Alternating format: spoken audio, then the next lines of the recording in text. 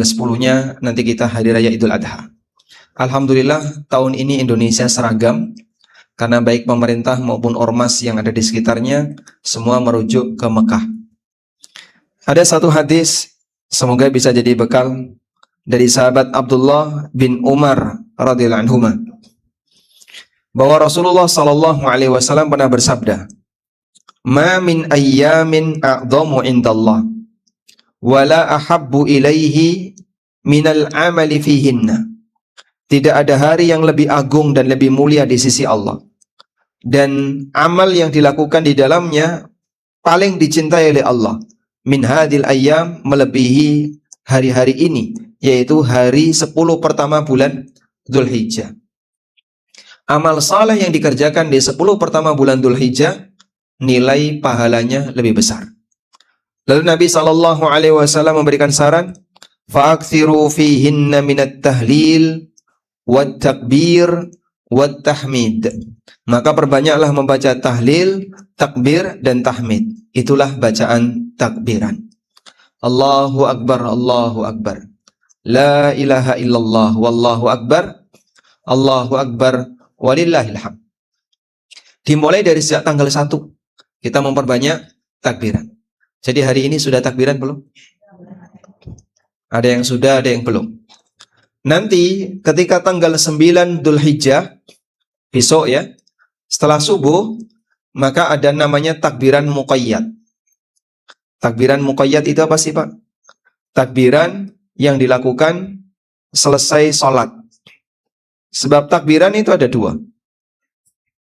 Takbiran saat Dzulhijjah. Ada namanya takbiran mutlak. Takbiran mutlak ini dilakukan dari mulai tanggal 1 sampai tanggal 13 Dzulhijjah. Disebut sebagai takbiran mutlak karena waktunya bebas. Siang malam dimanapun Anda berada, dalam kondisi aktivitas apapun, perbanyak untuk bertakbiran mutlak. Teksnya sama sebagaimana takbiran saat Idul Fitri. Yang kedua ada namanya takbiran muqayyad. Ini dilakukan dari mulai tanggal 9 sampai tanggal 13. Disebut takbiran muqayyad karena dia dilakukan saat usai sholat. Jadi di sini dilakukan usai sholat 5 waktu. Selesai Anda baca zikir, Allahumma antas salam wa minkas salam tabarakta ya dzal jalali wal ikram. Lalu kita baca Allahu akbar, Allahu akbar, la ilaha illallah, wallahu akbar, Allahu akbar, walillahil hamd. Anda takbiran, selesai membaca zikir istighfar 3 kali, kemudian Allahumma antas salam wa minkas salam. Baik. Barangkali masih banyak yang belum tahu tentang ini, dan ini amalan sunnah yang ditekankan oleh Nabi SAW, terutama di 10 pertama bulan Dzulhijjah. Sehingga barangkali di antara jamaah ada yang bergabung bersama dengan ibu-ibu PKK, arisan RT, arisan kampung, beritahu ini ya, dalam rangka menyemarakkan sunnah Nabi SAW ketika takbiran. Sekarang kita akan kembali ke kitab Riyadhus Shalihin. Baik. Halaman saya nggak tahu. Halaman berapa? Hadis nomor 19. Yang depannya ada nama Zir bin Hubeish. Wa an Zirrin ibni Hubeish. Halaman 50. Alhamdulillah. Sudah sampai halaman 50. Padahal kajian ini bulanan ya. Karena kalau Anda punya buku, cuman beli saja, saya yakin nggak dibaca. Sehingga akan dibaca jika dibacakan. Maka datang di forum kajian itu minimal dibacakan. Wa'an Zir bin Hubeish, dari Zir bin Hubeish. Ini ulama tabi'in ya. Qala, beliau bercerita, Ataitu Sofwan bin Asal. Aku pernah mendatangi Sofwan bin Asal. Ada yang membaca Sofwan bin Usal. Di situ apa? Usal atau Asal? Asal di terjemahan. Asal. Ada yang tahu siapa Sofwan bin Asal ini? Beliau adalah sahabat yang dituduh selingkuh dengan Aisyah. Nah, dalam kasus haditsul ifki. Haditsul ifki, berita bohong yang disebarkan oleh orang munafik, di mana Sofwan ini pernah bukan memboncengkan ya, tapi memberikan tunggangan kepada Aisyah. Terus dituntun. Hewan itu sebenarnya dituntun. Tapi ketika masuk Madinah, Sofwan bin Usal atau bin Asal yang masih muda, sementara Aisyah juga masih muda, kok berduaan? Wah, langsung digoreng jadi berita viral, dituduh Aisyah radhiyallahu anha sebagai apa? Ya, orang yang berselingkuh. Radhiyallahu anhuma. As'aluhu 'anil mashi, aku bertanya kepada Sofwan bin Asal tentang al-mashi 'alal khuffain, mengusap sepatu. Faqala ma ja'a bika ya Zir. Maka Sofwan bertanya, ngapain kamu kesini wahai Zir? Namanya cuma Zir ya. Namanya Zir. Zirru. Kenapa kamu datang ke sini wahai Zir? Fakultu, lalu Zir mengatakan, ibtigha'al ilmi. Aku datang ke sini karena mau belajar, cari ilmu. Faqala, kemudian kata Sofwan bin Asal, innal malaikata tadau ajnihataha li talibil ilmi ridham bima yatlub. Sesungguhnya malaikat, mereka mengepakkan sayapnya untuk talibul ilmi, untuk orang yang belajar ilmu agama, ridham bima yatlub, karena senang dengan apa yang mereka cari. Manusia itu mencari. Manusia bangun lalu mencari. Apa yang Anda cari ketika bangun tidur? Ya? Apa yang Anda cari ketika bangun tidur? A. HP. B. Suami. C. Apa? Gayung. Nyari yang benar. Nyari HP yang pertama. Jam berapa? Bukan lihat status. Nah. Manusia bangun mencari. Ada mencari dunia, nyari makan. Ada yang dia nyari agama. Di sini dia cari ilmu. Kebanyakan manusia nyari yang mana? Nyari makan.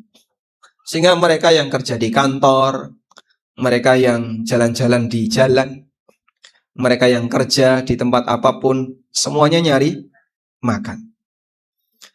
Tapi ada di antara mereka yang datang ke sebuah tempat untuk nyari ilmu. Dan inilah yang mulia. Karena mulia, sampai malaikat senang dengan dia, sehingga malaikat mengepakkan sayapnya. Apa makna malaikat mengepakkan sayapnya? Makna yang pertama, malaikat menaungi mereka. Ini yang seperti diisyaratkan dalam hadis yang lain, wa ghasyiyatuhumul malaika. Mereka diliputi oleh malaikat.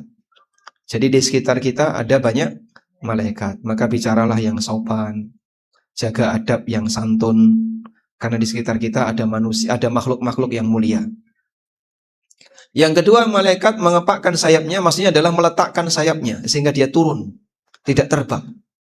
Kenapa? Karena ada orang yang mau belajar ilmu agama. Di sini nilai kemuliaan belajar ilmu agama. Baik, kita lanjutkan. Fakultu, lalu Zir mengatakan, innahu qad hakka fi sadri al-mashu 'alal khuffain. Aku masih ragu tentang hukum mengusap sepatu ba'dal gha'id wal baul, setelah buang air atau setelah kencing. Wa kuntum ra'an min ashabin Nabi sallallahu alaihi wasallam. Sementara Anda adalah sahabat Nabi sallallahu alaihi wasallam. Faji'tu as'aluka, maka aku datang untuk bertanya kepada Anda. Hal sami'tahu yadhkuru fi dzalika syai'an? Apakah Anda pernah mendengar keterangan dari Nabi sallallahu alaihi wasallam tentang mengusap sepatu pada saat orang buang air, kemudian ketika wudu tidak dicuci kakinya, tapi cukup diusap sepatunya? Qala, kemudian Sofwan mengatakan, "Na'am, iya. Kana ya'muruna idza kunna safaran." Beliau memerintahkan kepada kami kalau kami safar. Dalam ayat yang lain, au musafirin, apabila kami sedang safar, alla nanzi'a khifafana thalathata ayyam, agar kami tidak melepaskan sepatu kami selama 3 hari, walayaliha, selama 3 hari 3 malam, illa min janabatin, kecuali kalau mau mandi junub, lakin min ghaitin wa baulin wa naumin, tapi kita tidak lepas ketika wudu karena habis buang air besar, atau habis kencing, atau habis tidur. Intinya kalau wudunya batal. Ya? Sekarang kita bahas ini dulu ya. Jadi tentang mengusap apa? Sebutannya mengusap khuf. Khuf itu apa sih, Pak? Sepatu. Bahasa Arabnya khuf itu apa? Ya, khuf bahasa Arabnya. Bahasa Indonesianya khuf adalah sepatu. Mengusap sepatu. Baik. Tentang mengusap sepatu, ada syarat dan ketentuan yang berlaku. Apa syaratnya? Pertama, sepatunya harus menutupi kemiri. Kemiri itu bahasa Indonesia apa? Mata kaki. Harus menutupi mata kaki. Sehingga kalau sepatunya di bawah mata kaki, rata-rata sepatu zaman sekarang kan di bawah mata kaki ya.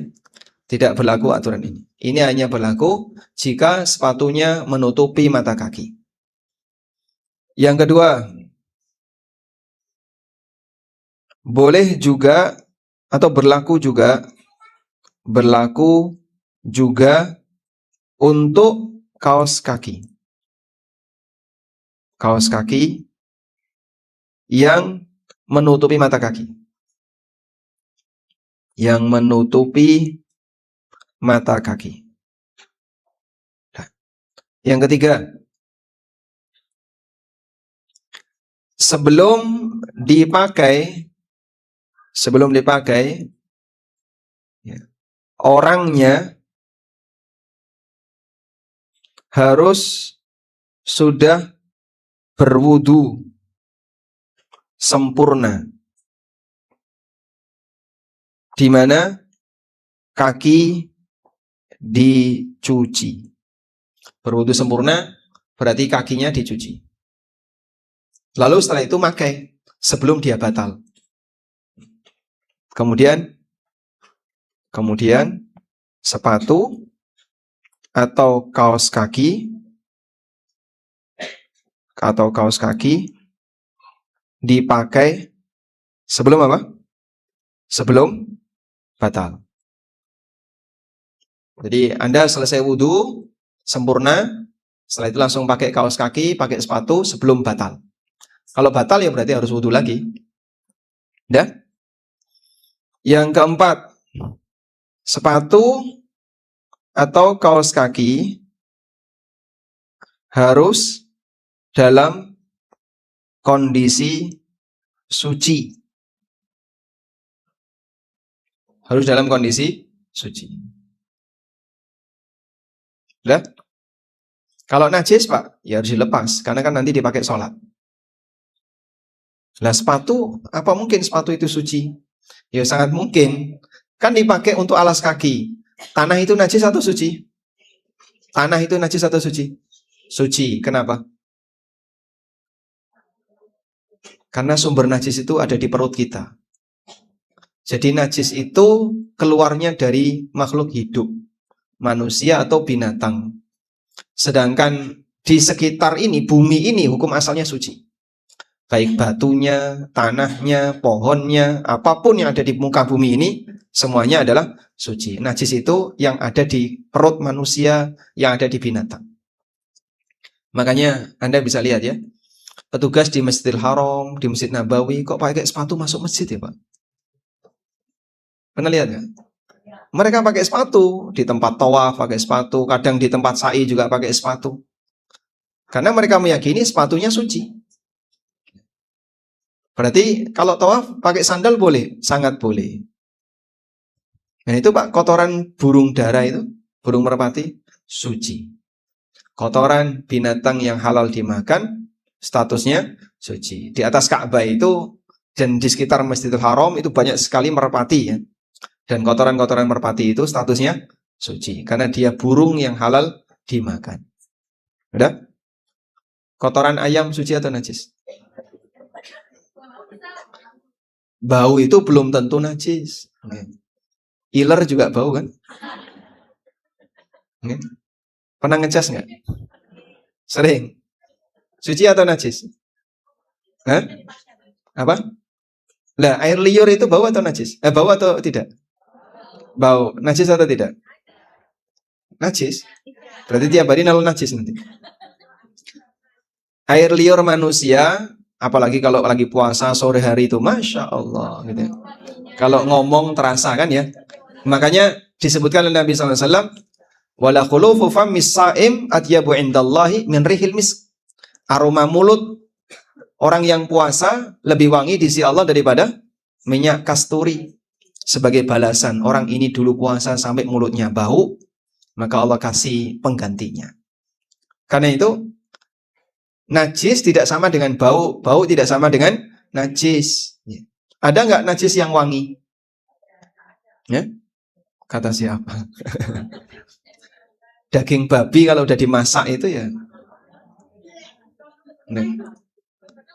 Ya belum pernah. Tapi kalau sudah dimasak, dia jadi seperti gulai. Anda lihat misalnya gulai sapi. Rasanya emang kata orang. Ya. Enak.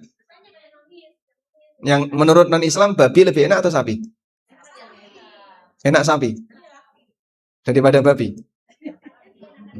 Enakan babi karena banyak lemaknya. Katanya ya. Berarti kan nggak bau itu ya. Baunya bau makanan. Nah, kembali ke sini. Dilanjut ya. Saya pernah tawaf pakai sandal. Ditegur sama orang Indonesia. Mas, najis sandalnya. Suci Pak. Najis, suci Pak. Kok bisa terus nuduh najis itu dasarnya dari mana? Terus sandal Bapak di mana? Harusnya dilepas di bawah. Kalau sandal Bapak najis, jangan dibawa. Harusnya tinggal di luar. Kan sama saja, mau dibawa mau dipakai, kalau itu najis kan sama saja. Anda kalau tawaf sandalnya dicangking nggak? Di bawah. Ditaruh mana? Sandalnya ditaruh suci atau najis? Kalau bilang najis jangan dirangsel. Kan sama aja. Harusnya dipakai. Ya enggak? Orang tawaf rata-rata kalau Indonesia sandalnya dilepas, dimasukkan tas. Kalau itu najis, seharusnya tinggal di luar masjid. Masalah resiko itu kan terserah dia. Baik. Nah, pemahaman seperti ini ya masih banyak masyarakat yang mungkin kurang mengerti sehingga menyalahkan yang tidak salah, dia sendiri melakukan kesalahan yang sama. Baik, kita lanjutkan ya. Jadi sepatu atau kaos kaki harus dalam kondisi suci kalau mau diusap. Lalu yang keempat, yang kelima, saat wudhu dilakukan dengan sempurna. Artinya ya wudhu normal, kecuali bagian kaki. Nah, bagian kaki ini cukup diusap. Kecuali bagian kaki ini cukup diusap. Ya? Jadi pas bagian kaki, Anda tidak perlu lepas sepatu, tidak perlu lepas kaos kaki. Cukup apa? Diusap. Cara ngusapnya gimana? Bagian atas. Sekali saja. Ya? Jadi tangan dibasahi, airnya dibuang, kemudian diusap sekali, selesai. Dengan cara ini, maka kita tidak perlu mencuci bagian kaki. Metode inilah yang kami gunakan untuk wudhu di atas pesawat. Sehingga hemat air. Air itu hanya dipakai untuk kumur, cuci muka, cuci tangan, usap kepala sedikit, sepatu atau kaos kaki, dan suci, bisa sholat. Sehingga ketika safar, ini sangat membantu. Nah, kemudian cara ini hanya berlaku untuk apa?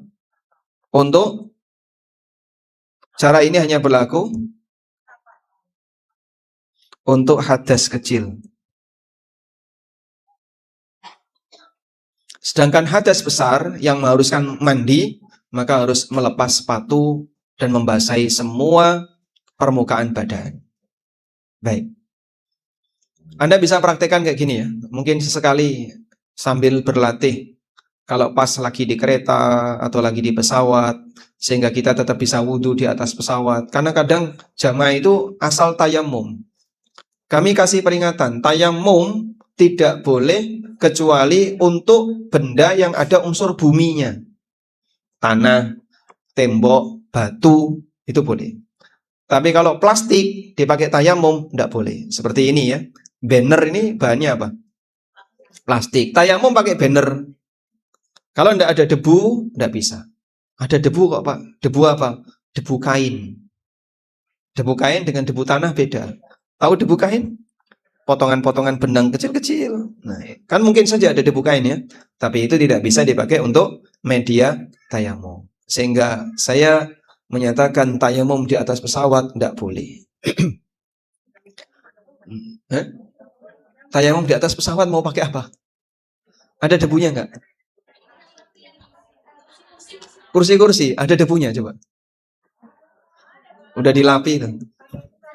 Pakai mikroskop. Itu debu apa? Debu tanah atau debu kain? Dari angin. Hah? Yang sudah, ya sudah. Kalau yang sudah, sudah. Untuk selanjutnya, kalau mau cari debu saat Anda naik pesawat, debu itu ada di balik sepatu. Bukan sepatu kita nginjak-injak tanah tuh tadi. Loh, itu yang berdebu kan. Nginjak kotoran. Di bandara ada kotoran? Ya. Kalau nggak kelihatan, hukum asalnya nggak ada. Udah?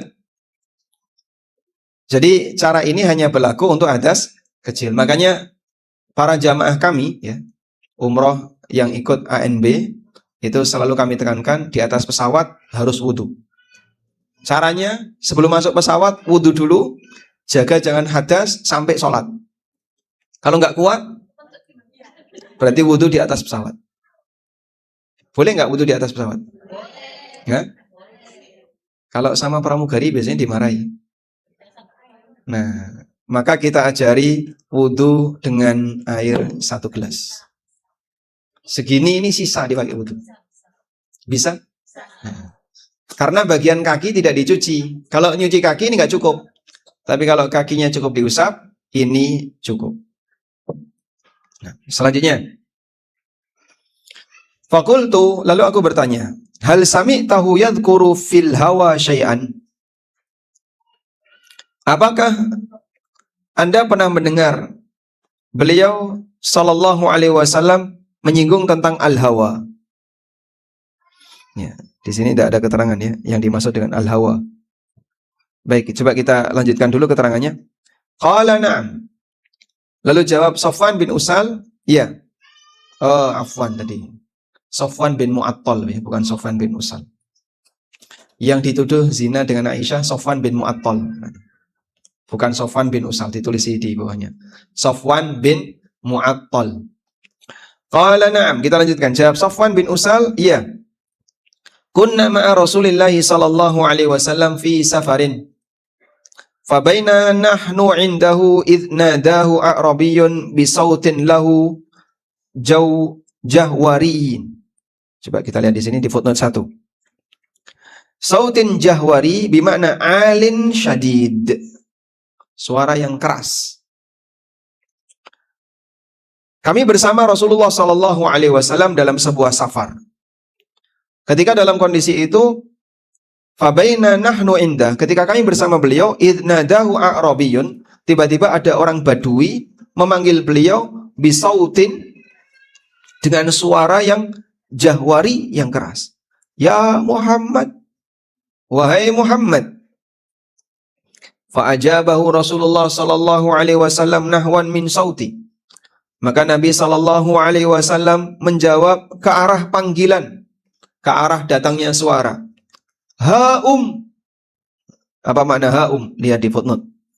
Ha'um bimakna ta'al, wa bimakna khud, wa yuqalu lil jama'ah. Ha'um bisa makna baik, oke, siap. Bisa juga disampaikan untuk jamaah. Wa inna ma rafa'a sautahu alaihi salam, alaihi salatu wassalam, min tariqi syafaqah alaihi li'alla yahbitu amalu. Nabi sallallahu alaihi wasallam juga mengangkat suaranya ketika menjawab panggilan tadi. Ya Muhammad, oh ada apa? Juga dijawab dengan suara keras. Nah, para ulama mengatakan kenapa Nabi sallallahu alaihi wasallam menjawab dengan suara keras? Karena kasihan sama orang itu. Loh kok kasihan sama orang itu? Bukan karena budek ya. Tapi dalam syariat kita dilarang bersuara melebihi suara Nabi sallallahu alaihi wasallam.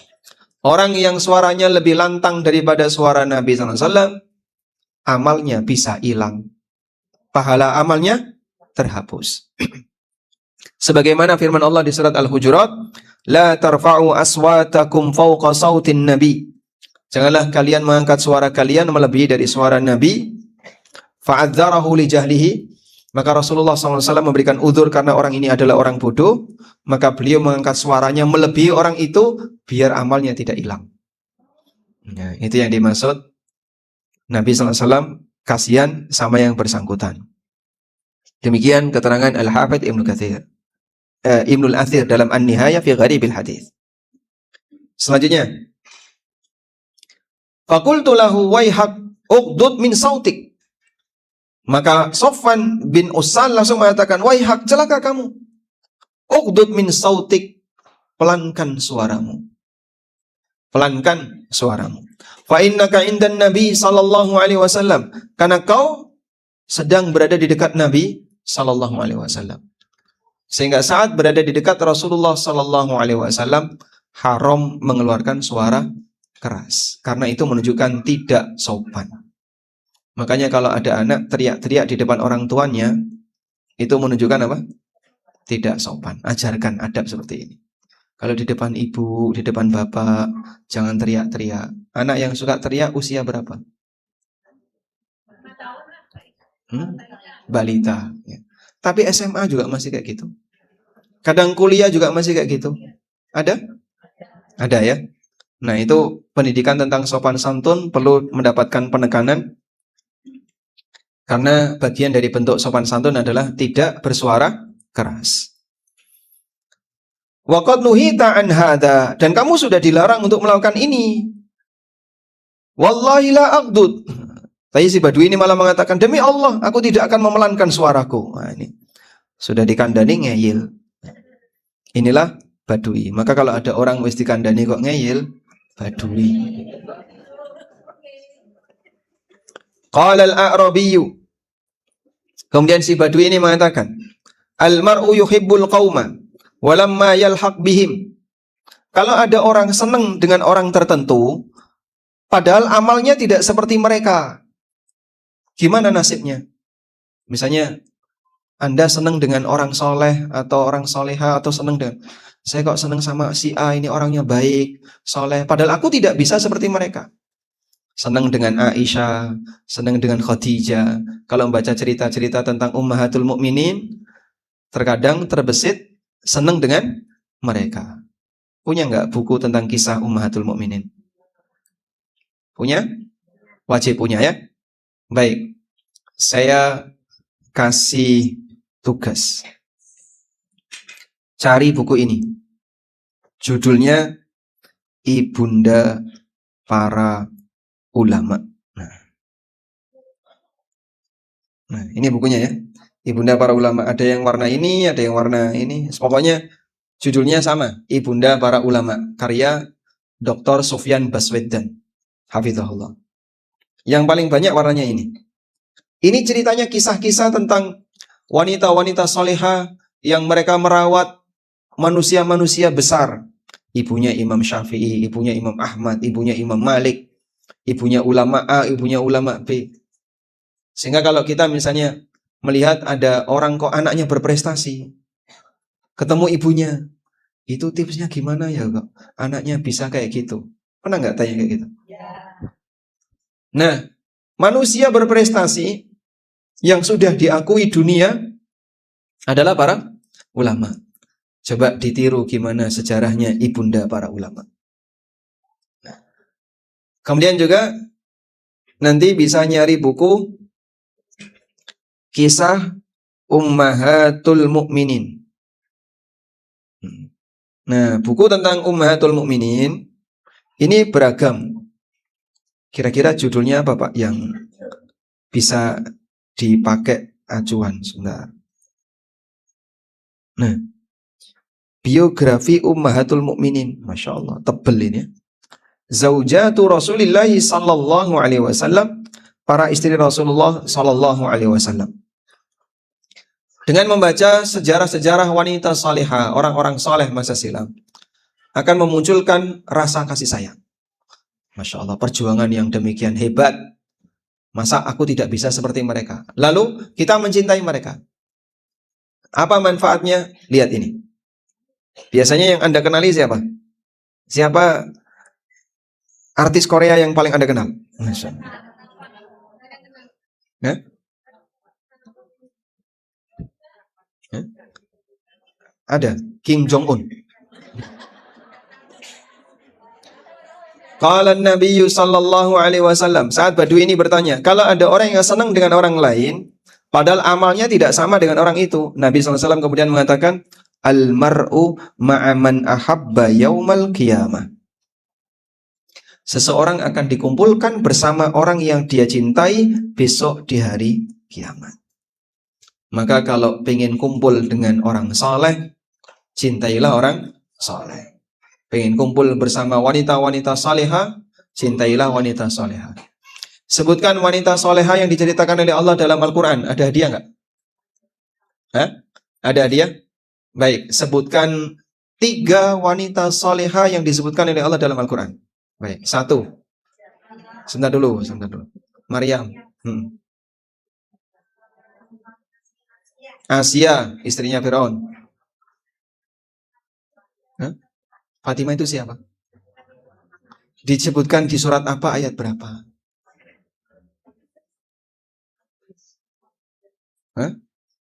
Aisyah, Khadijah, ibunda Musa.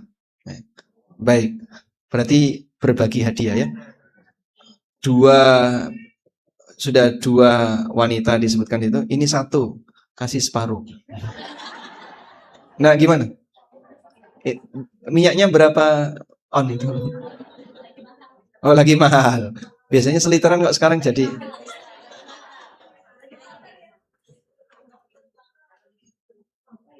Nah. Baik. Pertanyaan selanjutnya. Sebutkan wanita jahat yang disebutkan dalam Al-Quran. 3 wanita jahat yang disebutkan dalam Al-Quran. Angkat tangan dulu nanti biar jawabnya teratur. Hindun itu siapa Hindun? Istrinya Abu Lahab. Oke, istrinya Abu Lahab. Ummu Jamil. Yang kedua.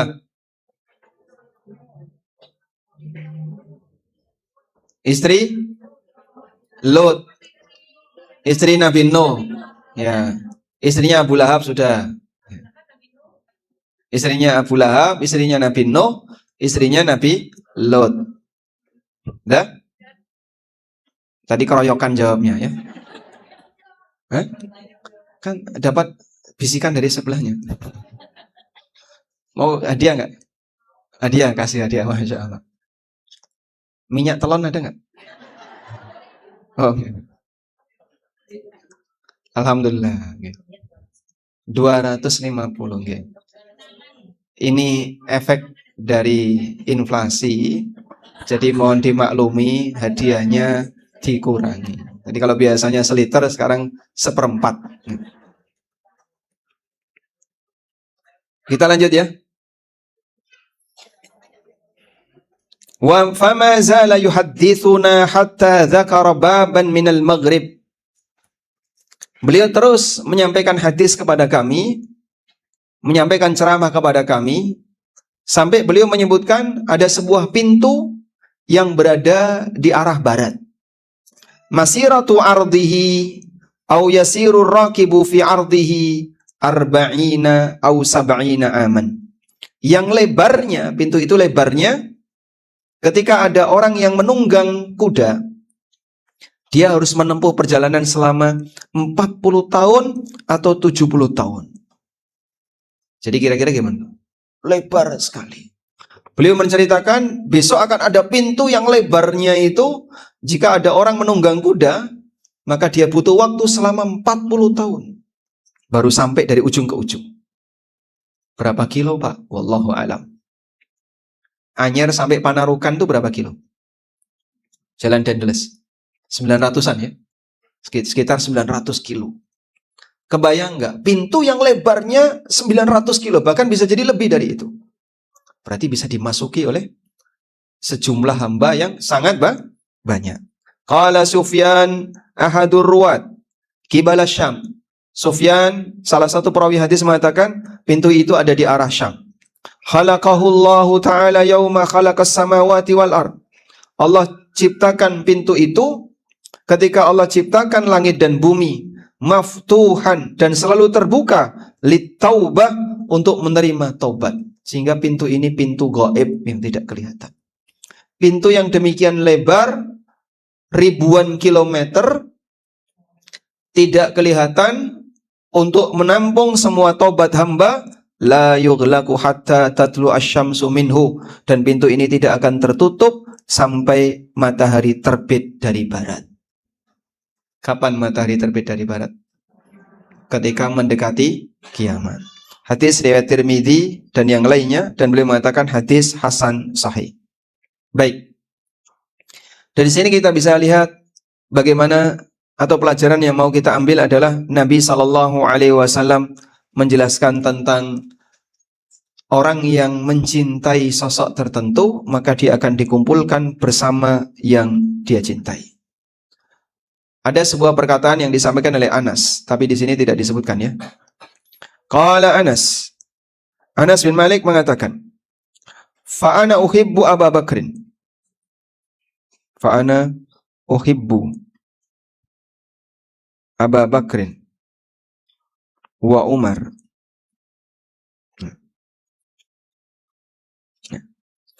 Saat Anas mendengarkan hadis ini, beliau radhiyallahu anhu kemudian mengatakan, qala Anas, kata Anas, fa ana uhibbun nabiyya sallallahu alaihi wasallam wa Abu Bakrin wa Umar. Aku mencintai Nabi SAW. Aku mencintai Abu Bakar, aku mencintai Umar. Wa arju an akuna ma'ahum, dan aku berharap bisa bersama mereka. Bihubbi iyahum, karena cintaku kepada mereka. Wa illam a'mal bimithli amalihim, meskipun aku tidak bisa beramal seperti amalan mereka. Baik. Yang cinta Nabi SAW angkat tangan. Semua. Yang mencintai Abu Bakar. Nah, sekarang saya tanya. Saya tanya ya. Ada A punya suami. Terus B ini benci banget, si B ini benci banget sama suami. Suaminya A. Si A punya suami. Ada si B benci banget, sama suaminya A ini. Kira-kira jika Anda sebagai A, apa sikap Anda kepada B?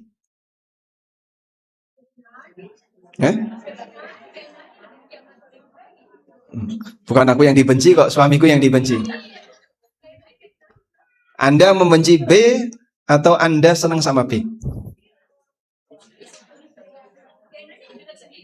Hah? B laki atau perempuan? Anggap saja perempuan lah. Kalau B ini perempuan gimana? Hah? Bodoh amat gitu. Baik. Sekarang ya, sikap A yang terpuji sebagai istri yang baik. 1, membenci B. 2, biarin aja sama B. Yang ketiga, mencintai B. Hah? Jadi sikap A adalah A, benci B, dia balas benci B. B, biarin aja, senyumin aja gitu ya. C, cinta B. Kira-kira yang mana? Hah? Anda milih B. Sudah? Baik, Anda tadi memilih B. Gitu, setuju milih B? Kalau Anda milih apa? Milih A. Ya, sekarang kita ganti ya. Kita ganti ya. Nabi Shallallahu Alaihi Wasallam. Lalu kita sebagai pengikut beliau. Ini ada orang ya, benci banget sama Nabi Shallallahu Alaihi Wasallam. Pilihannya A, kita benci orang itu. Hah? Ini di A ini. A, kita benci orang itu. B, biarin aja. Atau C, cinta sama A. Ya? Yang mana? Ada yang jawab selain A nggak? Ada yang jawab selain A? Kalau jawab selain A itu bisa sampai keluar dari Islam. Hah? Oh, beda dengan suami ya? Oh gitu. Berarti Anda senang bersuami atau tidak bersuami?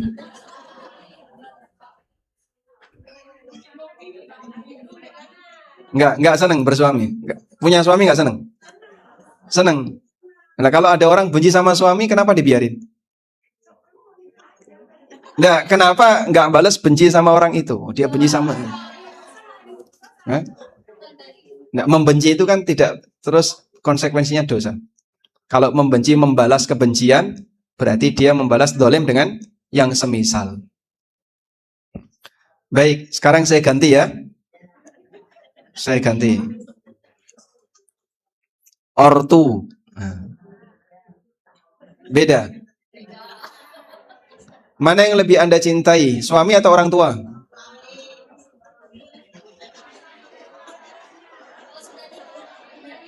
Nggak bisa milih. Anda lebih berharap mati duluan yang mana, suami atau orang tua? Dua-duanya. Semuanya ngerepoti ya. Gitu? Subhanallah. Sekarang Anda tahu nggak siapa yang membenci Nabi Muhammad SAW? Siapa? Yahudi, Nasrani, dan semua orang kafir yang menaruh kebencian kepada Nabi SAW. Maka kalau sampai ada yang ngaku pengikut Nabi SAW kok pro sama yang membenci Nabi SAW, ya. Ada yang datang ke Israel, ya. Tapi dia bisa jadi memimpin ormas. Nah, berarti statusnya adalah munafik. Ya. Sekarang ya tidak perlu menilai orang siapa-siapa ya. Kita sekarang sedang berbicara tentang amalan. Lanjut. Di situ ada Abu Bakar. Ada Umar. Anda mencintai Abu Bakar dan Umar enggak? Kenapa? Sahabat Nabi SAW. Kita sebagai pengikut mereka, mengikuti para sahabat. Ada Syiah. Ini benci banget sama Abu Bakar dan Umar. Sampai mengkafirkan. Sehingga kalau ada istilah at-taghut wal jibt, al-jibti wat taghut, itu maksud mereka adalah Abu Bakar dan Umar. Mereka menyebut Abu Bakar itu dengan togut. Padahal togut artinya apa? Setan. Ya. Ya. Lalu bagaimana sikap kita sebagai pengikut Abu Bakar dan Umar yang mencintai Abu Bakar dan Umar? A. Benci Syiah. B. Biarin aja. Yang dibencikan bukan. Atau mencintai Syiah. Yang mana? Coba jawab dengan jujur. A. Benci Syiah. B. Biarin aja. C. Cinta Syiah. Yang mana? Hah? Ya, kalau di depan umum dia nggak menampakkan. Tapi dalam kajian-kajian tertutup, referensi yang mereka punya, untuk mencari buku Syiah yang mengkafirkan Abu Bakar dan Umar itu mudah sekali. Banyak tersebar. Pertanyaannya, sikap kita benci Syiah, biarin aja atau cinta Syiah? Ya. Tunjukkan kalau Anda adalah mukmin yang sejati dengan cara memusuhi orang yang memusuhi yang kita cintai. Memusuhi orang yang memusuhi yang kita cintai. Memusuhi siapa, Pak? Orang yang kita cintai, Rasulullah SAW. Para ibunda kaum mukminin, ummahatul mukminin. Bagaimana perkataan Syiah kepada Aisyah? Mereka mengatakan Aisyah finnar, Aisyah finnar. Aisyah nyemplung neraka, Aisyah masuk neraka. Permusuhan permusuhan Syiah dengan Abu Bakar. Abu Bakar togut, Umar jibet. Disebut dengan setan, pasangan setan, dua tanduk setan. Jadi kebencian mereka yang demikian mendarah daging sampai mengatakan Abu Bakar dan Umar itu masuk neraka. Kita sebagai mukmin wajib membenci orang yang kita cintai. Paham ya? Baik.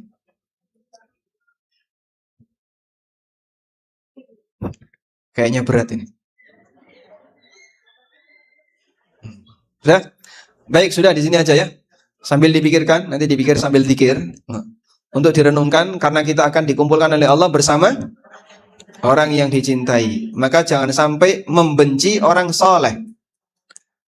Semakin besar kebencian muslim kepada orang soleh, dia dijauhkan dari orang soleh itu. Kalau orang solehnya di surga, wallahu a'lam, mungkin bisa jadi dia ditaruh di neraka. Membenci para sahabat, membenci para ulama kaum muslimin. Nah, walhamdulillah, wassallallahu ala nabiyyina Muhammadin wa ala alihi wa sahbihi wasallam.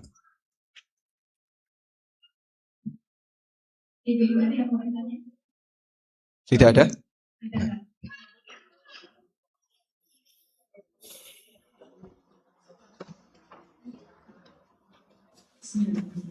Assalamualaikum warahmatullahi wabarakatuh. Waalaikumsalam warahmatullahi wabarakatuh. Terkait dengan Khuf. Ya, khuf.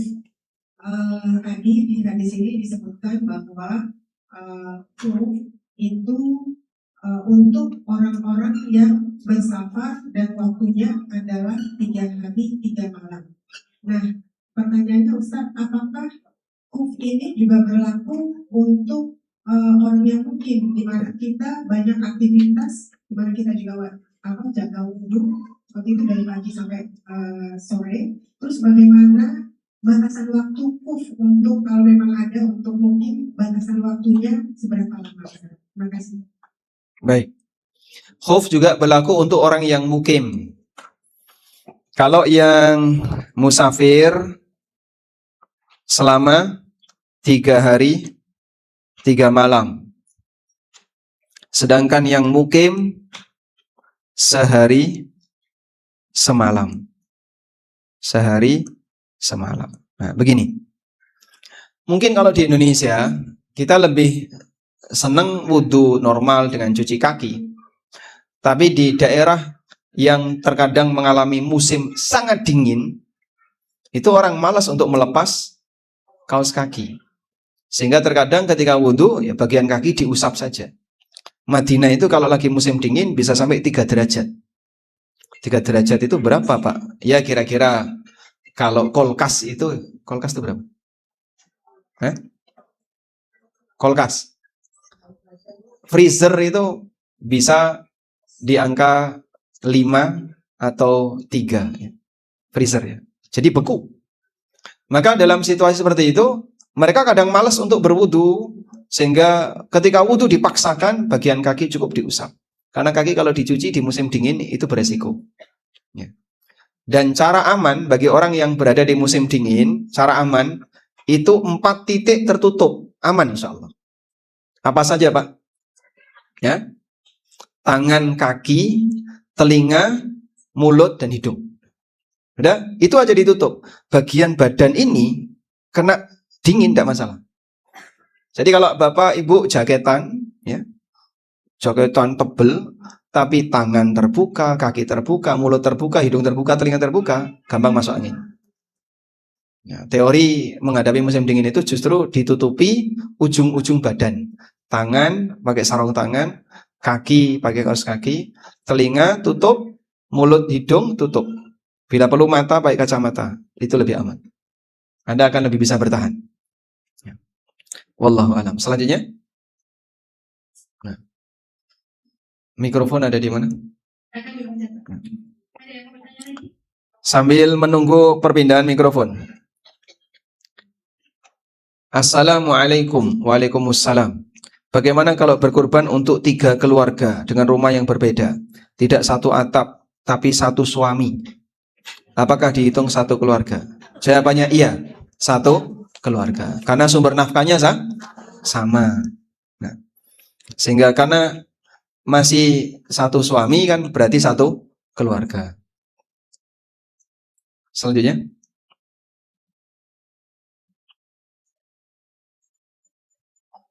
Ustaz yang selain tadi Ustaz yang suami benci sama teman itu, jawabannya berarti kita harus benci juga sama orang yang benci sama suami. Nah, Anda mencintai suami enggak? Iya.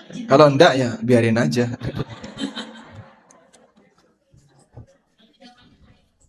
Ya, pertanyaannya istrinya ini mencintai suami atau tidak? Kan ada istri yang sama suaminya itu kapan matinya orang ini?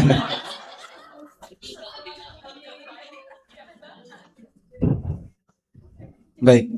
Apabila kita ketinggalan 1 rakaat dalam sholat Id, bagaimana cara menggantinya? Menggantinya sama seperti ketinggalan sholat biasa. Jadi tambah 1 rakaat, tidak perlu takbir zaidah. Apa hukumnya pergi umroh pakai uang deposito yang tidak diketahui beli tiketnya dari uang pokoknya atau bunganya? Deposito tersebut dengan akad bagi hasil. Saya nggak paham ini maksudnya. Intinya gini, kalau dia mau haji dan umroh, pastikan gunakan harta yang halal. Ada sebuah riwayat Ad-Daruqutni. Ada orang yang dia berangkat haji atau berangkat umroh dengan harta haram. Lalu dia sampai di sana mengucapkan labbaik Allahumma labbaik. Labbaik Allahumma labbaik. Dijawab oleh Allah, la labbaika wa la sa'daik. Enggak ada labbaik-labbaik untuk kamu. Berarti ini adalah tamu yang tidak diterima. Tamu yang tidak diterima. Karena orang haji itu adalah diyufur rahman, tamu-tamu Allah. Kebayang enggak kalau ada tamu yang tidak diterima? Baik. Selanjutnya, mikrofon ke belakang ya. Oh, mikrofonnya hilang.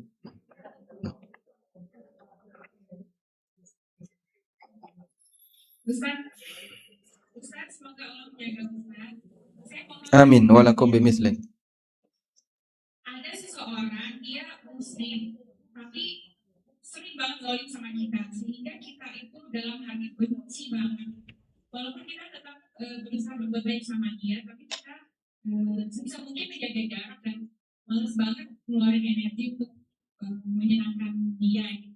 Sementara ada kondisi lain, ada seseorang yang awam bahkan memilih untuk tidak beragama, tapi dia baik banget sama kita, sehingga di hati kita tuh kayak sayang sama dia. Apakah itu ada bibit-bibit kemunafikan di dalam diri kita? Terus mohon nasihatnya Ustaz. Baik. Manusiawi ketika kita itu senang dengan orang yang berbuat baik sama kita. Pertanyaannya, siapa manusia yang paling banyak berbuat baik kepada Anda? Hah? A. Orang tua. B. Suami. C. Anak. orang tua, maka kita mencintai orang tua. Kemudian ketika berbuat baik kepada suami, suami sudah banyak berbuat baik, kita berbuat baik kepada suami. Anak juga demikian, orang tua berbuat baik kepada anak, mungkin anaknya banyak juga memberikan kebaikan bagi dia. Baik, intinya manusia itu senang dengan orang yang baik kepada dia. Wong Jawa dipangku mati. Nggih. Wong Jawa dipangku mati. Nek wis dipangku, nah dia seperti mayit, mau diapa-apain nurut. Nah, sekarang kalau ada kondisi seperti tadi, ini kajian belum selesai. Mau. Nah. Ada kasus seperti tadi, ada muslim tapi dia sama kita nggak baik. Ada non muslim tapi sama kita baik. Boleh nggak kita senang sama non muslim tadi? Tidak masalah. Nabi SAW itu senang sama Abu Thalib. Siapa Abu Thalib? Paman beliau Sallallahu Alaihi Wasallam.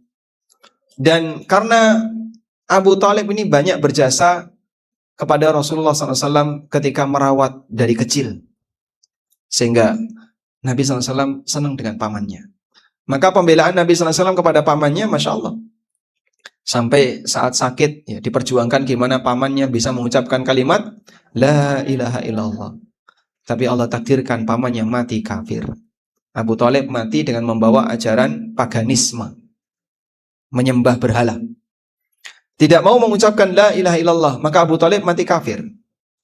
Nah, dalam kondisi inilah seorang mukmin ketika senang dengan orang lain yang kurang beragama misalnya, tapi dia baik sama kita, itu cinta yang sifatnya tabi'i, cinta yang sifatnya manusiawi.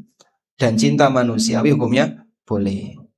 Cinta yang nggak boleh itu cinta karena latar belakang agama. Saya senang sama Yahudi. Kenapa? Oh, Yahudi itu agamanya lebih bagus. Nah, itu cinta karena latar belakang agama. Wallahu a'lam. Selanjutnya, pokoknya belakang. Nanti antri ya. Bagaimana hukumnya mengimami anak yang memiliki hafalan lebih banyak dari orang tuanya? Apakah boleh? Boleh. Karena bukan syarat imam harus punya hafalan lebih banyak dari makmum. Walaupun idealnya yang jadi imam hafalannya lebih banyak. Silakan. Waalaikumsalam warahmatullahi wabarakatuh. Kalau pertanyaannya kalau dari penggabian Solihin, tapi ini mengenai bukunya Ustaz yang bilang tadi, itu kan di halaman 21, itu kan ada riwayat Jabir yang berkisah kepada Rasulullah bahwa ayahandanya Jabir itu kan wafat karena syahid. Sedangkan yang dikeluarkan Jabir itu kan karena kondisi ayahnya meninggalkan beban keluarga dan utang. Tapi semoga Rasulullah meriwayatkan bahwa Allah menjamin dan memelihara ayah Jabir dan juga memberi istri. Padahal dari situ menerangkan bahwa ayahnya itu sebagai utang ya sendiri. Sedangkan kan di riwayat lain orang masih mempunyai utang di bawah utang itu kan untuk bertahan itu gimana? Nah, Allah Subhanahu wa taala memberikan janji yang baik kepada ayahnya Jabir. Lihat ini ya. Ini hadisnya. Jabir bin Abdullah bercerita bahwa ayahnya yaitu Abdullah bin Amr meninggal saat perang Uhud. Jabir terlihat sedih karena ketika ayahnya wafat, beliau meninggalkan beban keluarga dan utang. Saat Nabi SAW bertemu Jabir, beliau bertanya, maukah aku sampaikan kabar gembira kepadamu tentang apa yang Allah berikan kepada ayahmu, yakni Abdullah bin Amr? Jabir menjawab, tentu wahai Rasulullah, ayahnya sudah meninggal. Ada kondisi apa yang dialami oleh ayahnya? Kemudian Nabi SAW mengatakan, ma kallamallahu ahadan qattu illa min wara'i hijab. Allah tidak pernah berbicara kepada siapapun secara langsung kecuali di balik tabir. Wa kallama abaka kifahan faqala ya abdi tamanna alayya u'tika. Namun Allah Subhanahu wa taala berbicara langsung dengan ayahmu tanpa perantara. Allah berfirman kepadanya, wahai hambaku, mintalah apa yang kau inginkan, niscaya akan aku memberimu. Kemudian ayahmu berkata, wahai Tuhanku, hidupkanlah aku kembali agar aku bisa terbunuh mati syahid di jalanmu sekali lagi. Jadi orang yang mati syahid semuanya berharap bisa hidup kembali agar nanti bisa mati syahid lagi. Tapi tidak dikabulkan oleh Allah karena orang yang mati tidak mungkin akan hidup kembali.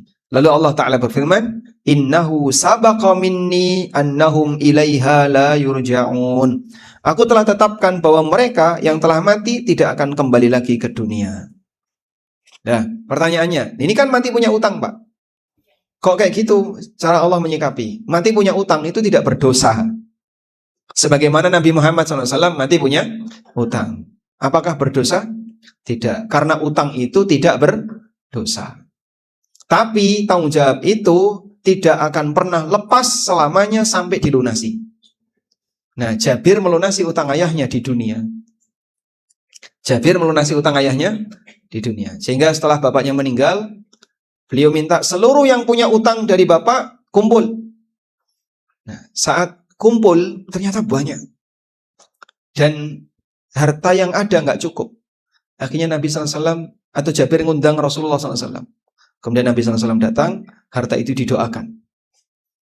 Setelah itu Nabi SAW mengatakan, silahkan kalian ambil. Diambili, nggak habis-habis. Sampai seluruh utangnya lunas, masih sisa. Dan itu bagian dari apa? Mukjizat Rasulullah Sallallahu Alaihi Wasallam.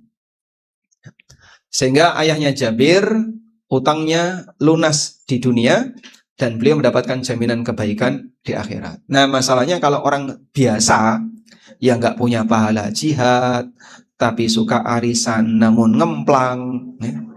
Kalau utang ngilang, terus apa lagi? Dan seterusnya, kadang ngambil uang suami tanpa pemberitahuan.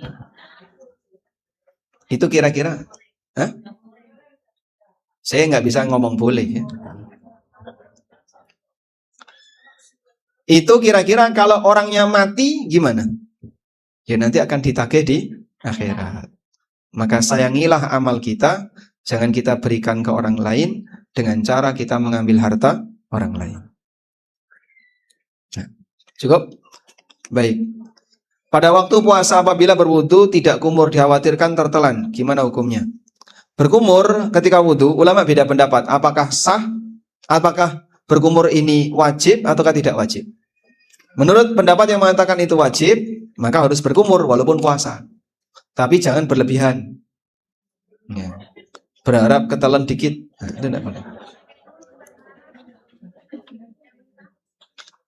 Sehingga puasa boleh berkumur. Jika berangkat haji atau umroh dibiayai oleh orang yang murtad, bagaimana hukumnya? Harta pemberian orang kafir, selama dia pekerjaannya halal, hukumnya halal.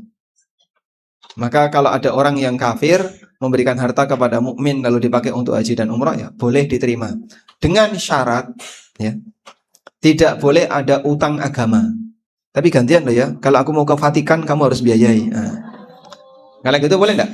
Enggak boleh. Itu namanya utang agama.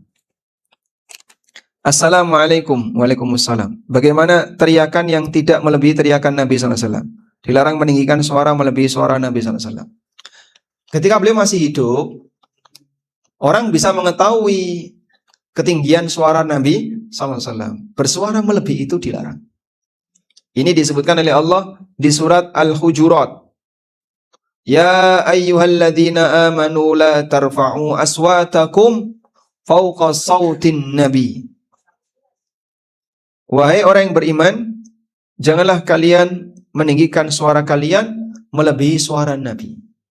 Nah, setelah Nabi SAW meninggal, adab ini berlaku di Masjid Nabawi. Terutama di Raudhah. Makanya di Raudhah tidak boleh teriak-teriak. Ya, kalau di luar itu bebas. Misalnya bengak-bengok di pasar, di hutan, di laut, tidak masalah. Ya.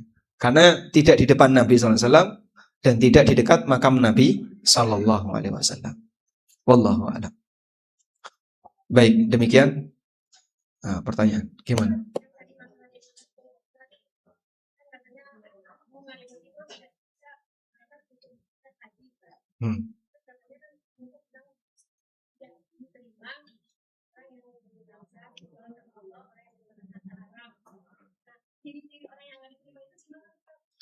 Bagaimana ciri orang yang tidak diterima amalnya? Tadi sholat subuh enggak? Tadi sholat subuh enggak? Diterima atau tidak sholatnya? Ya makanya. Tidak ada yang tahu apakah amal kita diterima atau tidak. Maka yang bisa dilakukan adalah berharap semoga amal kita diterima. Sehingga amal kita sendiri saja kita tidak tahu.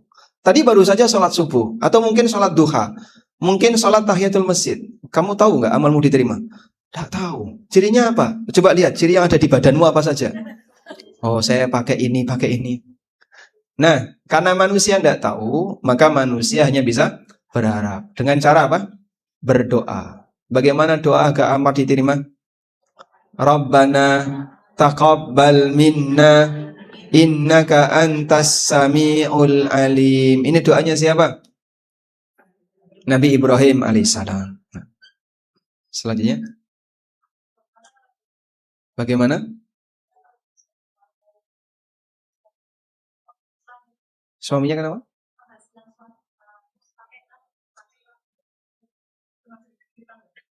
Penghasilan suami kurang, lalu pakai uang istri, termasuk utang atau tidak? Pertanyaannya, istrinya ridho atau tidak? Kalau ridho, berarti sedekah istri ke suami. Kalau nggak ridho, utang suami ke istri. Gitu. Baik, demikian. Semoga yang kita bahas ini bermanfaat. Allahumma anfa'na bima 'allamtana wa 'allimna ma yanfa'una warzuqna ilma. Wa sallallahu ala nabiyyina Muhammadin wa